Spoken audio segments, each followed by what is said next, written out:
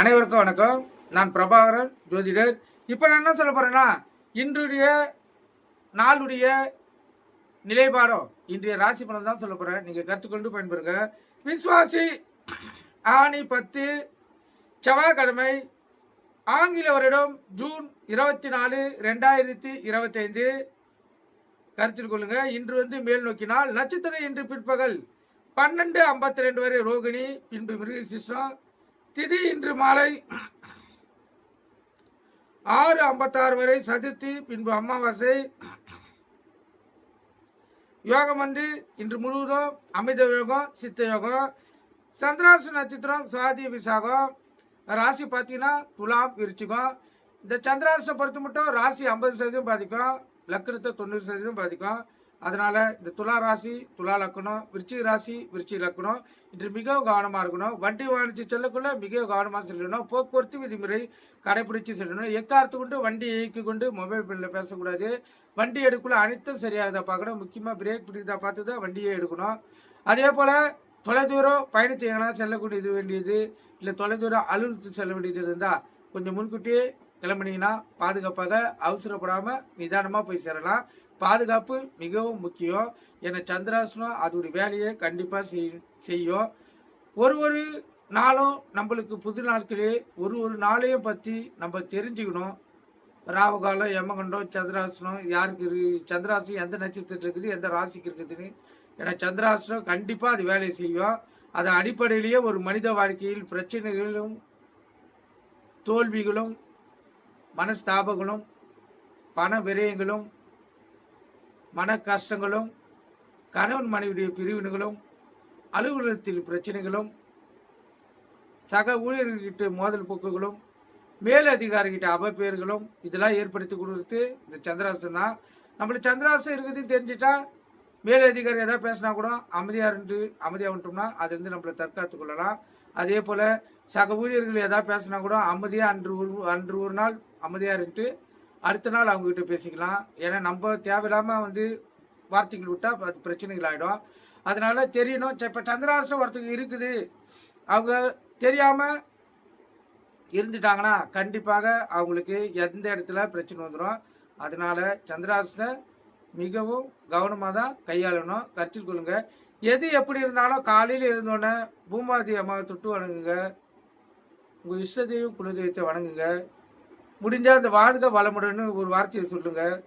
அது எல்லாரையுமே வாழ வைக்கும். கருத்தில் கொள்ளுங்க. அதே போல் உங்களுடைய முன்னோர்களை வணங்குங்க. உங்கள் முன்னோர்கள் என்றும் உங்களுக்கு துணையாக இருப்பாங்க. கருத்தில் கொள்ளுங்க. நல்ல நேரம் காலை 10:30 11:30, மாலை 4:30 5:30. கௌரி நல்ல நேரம் காலை 1:30 2:30, மாலை 7:30 8:30.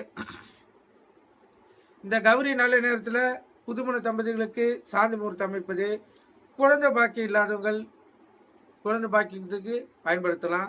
அதே போல் இல்லற சுகம் கிடைக்காதவங்களும் இந்த டைமை பயன்படுத்தினா கூடுதலாக இல்லற சுகம் கிடைக்கும். கருத்தில் கொள்ளுங்க.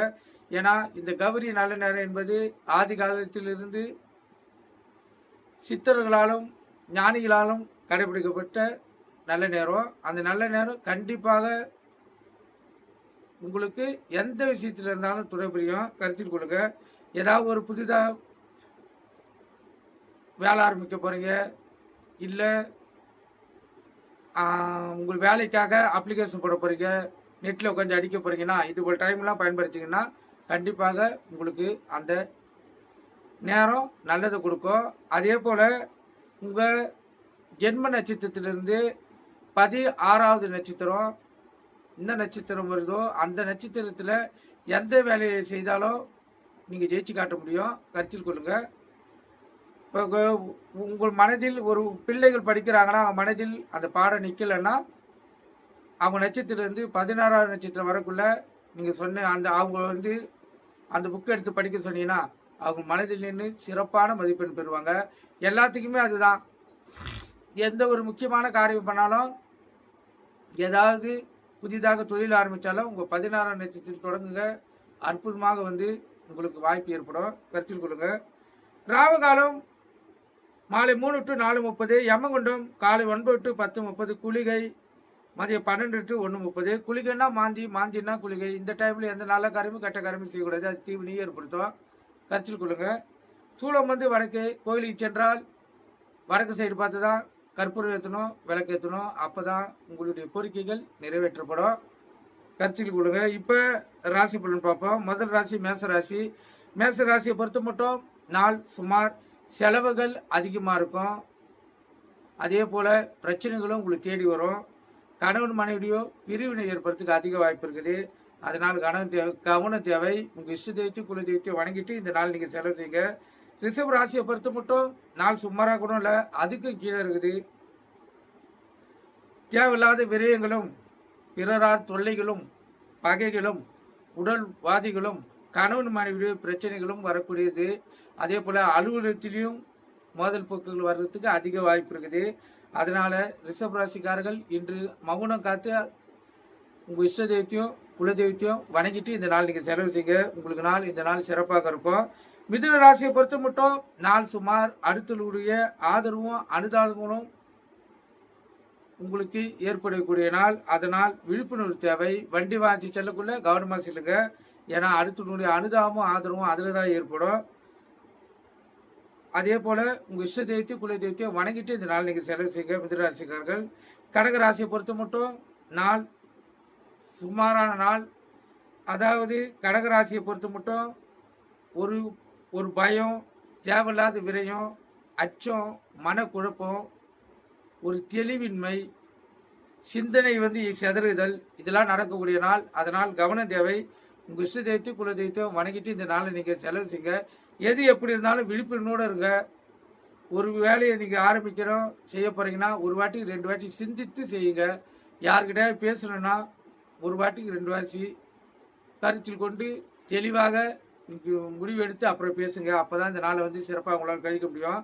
சிம்ம ராசியை பொறுத்த மட்டும் நாள் அற்புதம்.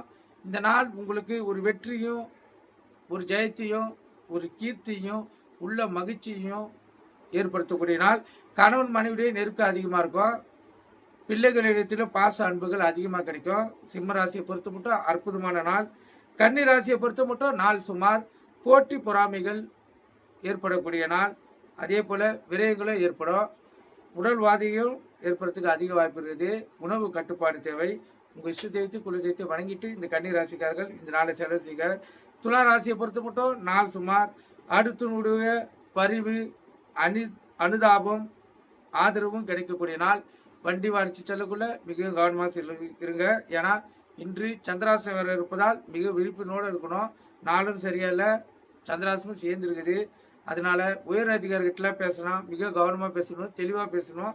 ஏன்னா தேவையில்லாத பிரச்சனைகளில் உங்கள் ஆளாக நேரிடும். எது எப்படி இருந்தாலும் உங்கள் இஷ்ட தெய்வத்தை குல தெய்வத்தை வணங்கிட்டு இந்த நாள் நீங்கள் செலவு செய்யுங்க.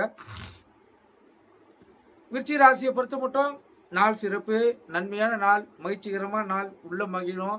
கணவன் மனைவிடைய ஒற்றுமை கூடும். பிள்ளைகளிடத்திலும் பாசம் கிடைக்கும். அலுவலகத்திலும் சக ஊழியர்கள் ஒத்துழைப்பு தருவாங்க.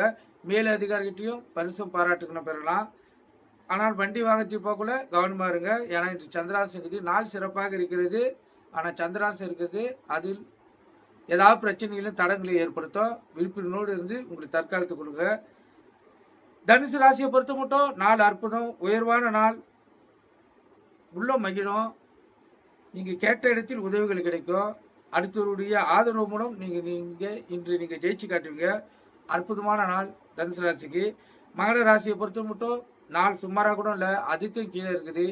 பகைகளும் விரயங்களும் உடல்வாதிகளும் பிரச்சனைகளும் தேடி வரக்கூடிய நாள். அதனால் மகர ராசிக்காரர்கள் மிகவும் கவனமாக இருக்கணும்.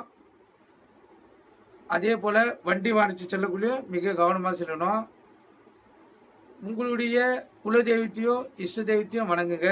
உங்களுக்கு இந்த நாள் சிறப்பாக அமைய அந்த இறைவனர்களால் உங்களுக்கு அந்த வாய்ப்பு கிடைக்கும். கருத்தில் கொள்ளுங்க. கும்பராசியை பொறுத்த மட்டும் நாள் அற்புதம், சுகமான நாள், மகிழ்ச்சிகரமான நாள், உள்ள மகிழும். கணவன் மனைவியுடைய ஒற்றுமை கீழும். அதே போல் நீங்கள் எங்கனாச்சும் பணங்கள் கடனாக கேட்டிருந்தாலும் சரி, பேங்க்கில் கேட்டிருந்தாலும் சரி, எது கேட்டிருந்தாலும் அது இன்று கிடைக்கிறதுக்கு வாய்ப்பு அதிகம். அதே போல் உங்கள் பிள்ளைகளிடத்திலும் பாசம் அதிகமாக கிடைக்கும். கணவன் மனைவியுடைய நெருக்கமும் ஒற்றுமையும் அன்பும் அதிகமாக இருக்கும் என்று கும்பராசியை பொறுத்த மட்டும் நாள் அற்புதம். மீன ராசியை பொறுத்த மட்டும் நாள் சிறப்பு. இந்த நாளில் நீங்கள் ஜெயிச்சு காட்டுவீங்க. ஒரு வெற்றியும் ஒரு கீர்த்தியும் ஒரு ஜெயமும் கிடைக்கக்கூடிய நாள், அற்புதமான நாள். இந்த நாளில் நீங்கள் எந்த தொழில் தொடங்கினாலும் சரி, எந்த வேலையை செய்தாலும் சரி, அதில் உங்களுக்கு வெற்றி கண்டிப்பாக கிடைக்கும். கருத்தில் கொள்ளுங்க. மீன ராசியை பொறுத்த மட்டும் நாள் சிறப்பான நாள். இந்த துலா ராசிக்கும் விருச்சிக ராசிக்கும் சந்திராசி இருப்பதால் மிக கவனமாக இருங்க. வண்டி வாகனத்தை செல்லக்குள்ள மிகவும் கவனமாக செல்லுங்க. போக்குவரத்து விதிமுறைகளை கடைபிடிச்சு செல்லுங்க. எக்காரத்து கொண்டும் வண்டியை இயக்கி கொண்டு மொபைல் ஃபோனில் பேசக்கூடாது. வண்டி எடுக்குள்ள அனைத்தும் சரியாக தான் பாருங்கள். முக்கியமாக பிரேக் பிடிதா பார்த்துட்டு வண்டி எடுங்க. ஏன்னா கண்டிப்பாக சந்திராசனம் அது வேலை செய்யும். நீங்கள் கருத்தில் கொண்டு பயன்பெறுங்க. நன்றி, வணக்கம். நம்ம சேனலை சப்ஸ்கிரைப் பண்ணால் சப்ஸ்கிரைப் பண்ணுங்கள். முடிஞ்சால் ஒரு லைக் பண்ணுங்கள். நன்றி, வணக்கம்.